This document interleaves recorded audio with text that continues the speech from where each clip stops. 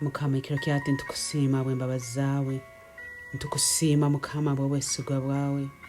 Ntukusiima Mukama bw'obulungi n'okuganja kwawe mu bwomeezi bwaitu. Tuyizira Mukama w'abakama. Ekiro kyati tuyizira Yesu Kristo omwana Ruhanga omumeezi aliwe. Okagamba bona abalija nambere oli tobali babinga. Tuyizira Mukama.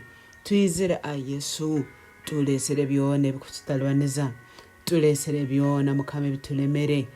Tulesere obwomeezi bwaitu. Tulesere enteekereza yaitu. Tulesere Mukama byona ebitulemeseze. Tuyizire ku biteeka bigere byawe Yesu. Okagamba emigugu yaitu tugireete nambere oli kandi tugikulekere. Yesu tuyizire tulesere buli migugu yona. Emigugu y'ebiteekerezo. Emigugu y'ebikorwa ebitulemere Mukama. Emigugu ebintu Mukama ebilemere mu bwomeezi bwaitu. Tutuule Yesu ekiro kyati. Tutuule emigugu yaitu Mukama w'abakama. Tutuule emigugu yetu lemireho Mukama wange omumeezi. Tugire embabazi ya Yesu Kristo. Nambere tulemerwe tuteraho amagezi. Nambere tulemerwe Mukama tuteraho omuhanda. Niwanya kuteekaho omuhanda nambere gutali. Bayibuli negamba niyo muhanda niyo mananu niyo obwomeezi. Hati tuteraho omuhanda Yesu Kristo nk'oku niyo oli muhanda. Tugurabemu. Leka tuhulirako eri omwoyo arukwera ndi tugamba. Nguguno nugwo omuhanda nugwo murabe. Omwoyo arukwera ijo twebembere. Omwoyo arukwera ijo tuha amagezi. Omwoyo arukwera ijo tuha okumanya. Omwoyo arukwera ijo tuha obwebembezi bwawe. Twebembere Mukama. Twebembere omwoyo arukwera. Twoleke kiki ekitulina kukora. Twoleke esaara ezitulina kusaba. Twoleke Mukama tuhe ekigambo kyawe kitugumye. Habwokuba Bayibuli negamba ekigambo kyawe niyo tabaaza yaitu. Yesu, heereza amananu g'ekigambo kyawe. Heereza amananu g'ekigambo kyawe. Leka ekigambo kyawe kitwebembere. Leka ekigambo kyawe kitwoje. Leka ekigambo kyawe kituha amaani. Mwoyo arukwera ekiro kyati. Ntwetaaga kuhurira okuruga nambere oli. Ntwetaaga kuruga nambere oli. Leka tuhurire akalyawe.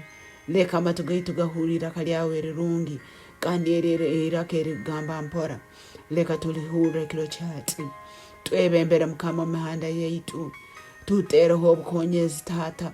Obukonyezi obw'abantu. Obukonyezi obw'abamalayika. Obukonyezi obw'ebintu. Obukonyezi obwa sente. Obukonyezi obw'amagezi. Obukonyezi obw'okumanya. Twebembere taata omwibali ya Yesu. Tuha obulinzi bwawe Mukama w'abakama. Abandi batinire. Abandi hagati omulito batinire. Baitu bagumye Bayibuli negamba okagambira Joshua ng'otatiina Mukama tuha obumanzi. Mukama tuha obumanzi obwahaire Joshua n'abaana ba Isirayiri. Mukama tuyihamu okutiina.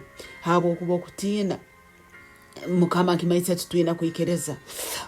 Leeta embabazi zaawe omwoyo arukwera. Leeta embabazi zaawe omwoyo arukwera. Leeta embabazi zaawe omwoyo arukwera. Leeta embabazi zaawe omwoyo arukwera. Yesu tugirire embabazi ekiro kyati.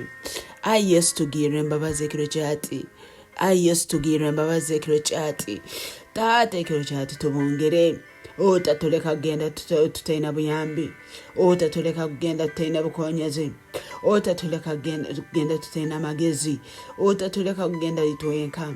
Tuha okubaho kwawe omwoyo arukwera. Tuha okubaho kwawe omwoyo arukwera. Tuha okubaho kwawe omwoyo arukwera. Twehingulirize n'orukomera rwawe orw'omuro. Twehingulirize n'orukomera rwawe Mukama. Ekiro kyatereka turolenga oli Ruhanga omurungi. Oli Ruhanga omwesigwa. Oli Ruhanga nyakuhurira esaara. Oli Ruhanga nyakutema omuhanda nambere gutali. Ntukusiima habwokuba otusukulire ekitulina kukora. Ntukusiima habwokuba otusukulire ekitulina kumanya. Ntukusiima habwokuba otusukulire nank'oku tulina kugenda. Weebale Yesu. Weebale habw'obusinguzi obwotayire. Weebale Mukama ntukukugeza ntukuha ekitiinisa. Ibara lyawe linyurizibwe ebiro byona. Omwibali Yesu Kristo Mukama waitu. Amen.